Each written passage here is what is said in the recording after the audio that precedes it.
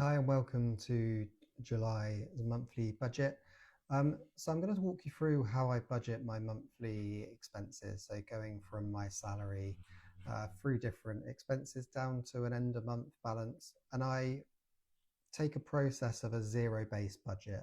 And I'll explain a bit more about that in a future video if that's interesting.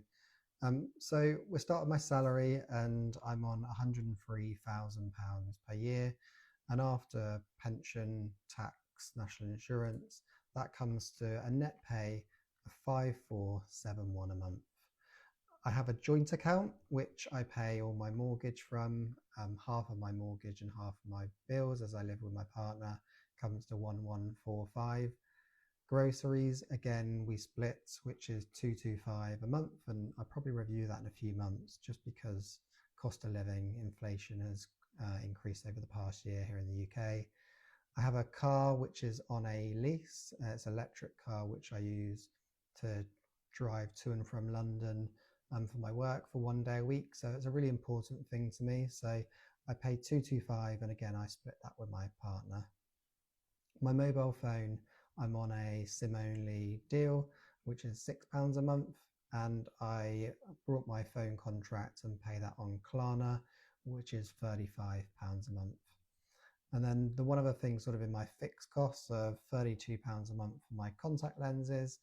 And finally, that brings me to my child maintenance payments as I have two children. That comes to £800 per month. I then give myself a bit of a miscellaneous amount of money. That's for things like just going to the pub or eating out or any sort of entertainment costs. And that's £500 a month, so about £125 a week. Birthdays, I budget throughout the year. This month I got a birthday coming up, so I've got £100 to buy gifts for that. Holidays, again, I budget when I actually pay for them.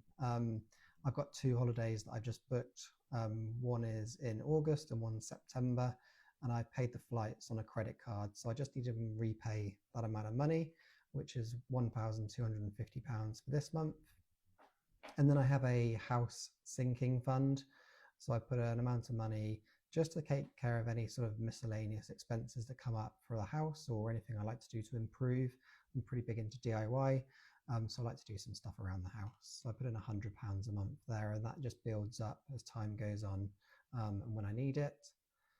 I have a credit card with Barclaycard, which is split between my partner, where we furnished our garden house.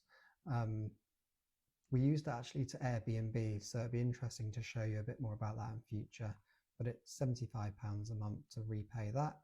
And then finally, IKEA Finance, we brought a kitchen for the Airbnb, which is split again £13.50 a month, and that's the last payment in July.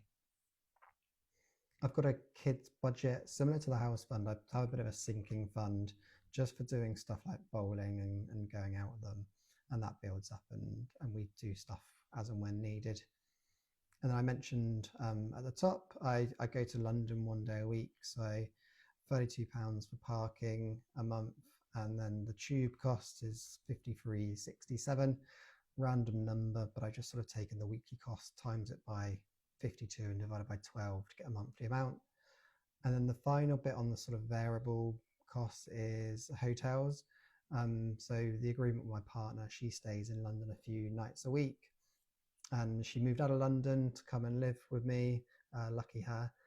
So we split the hotel cost of her staying in London, and that's just for her well-being, making sure she doesn't do late nights and early mornings going to and from London.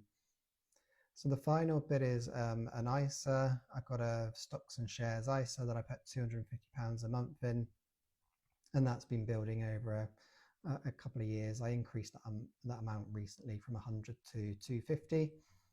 So the final bit is this savings amount. So you can see at the bottom, I've got an end of month balance, and that's from my salary minus all these things going out. And then I have an amount that I put into savings of whatever's left. I understand some people do sort of a pay yourself first approach. I sort of do that already with my ISA and my pension through my salary. But the savings bit is just get my budget back to zero and then every pound in my budget has gone to work. So that's my July payday routine. Really interested to hear if you've got any comments or anything I could be optimizing. And yeah, look forward to seeing you on the next one.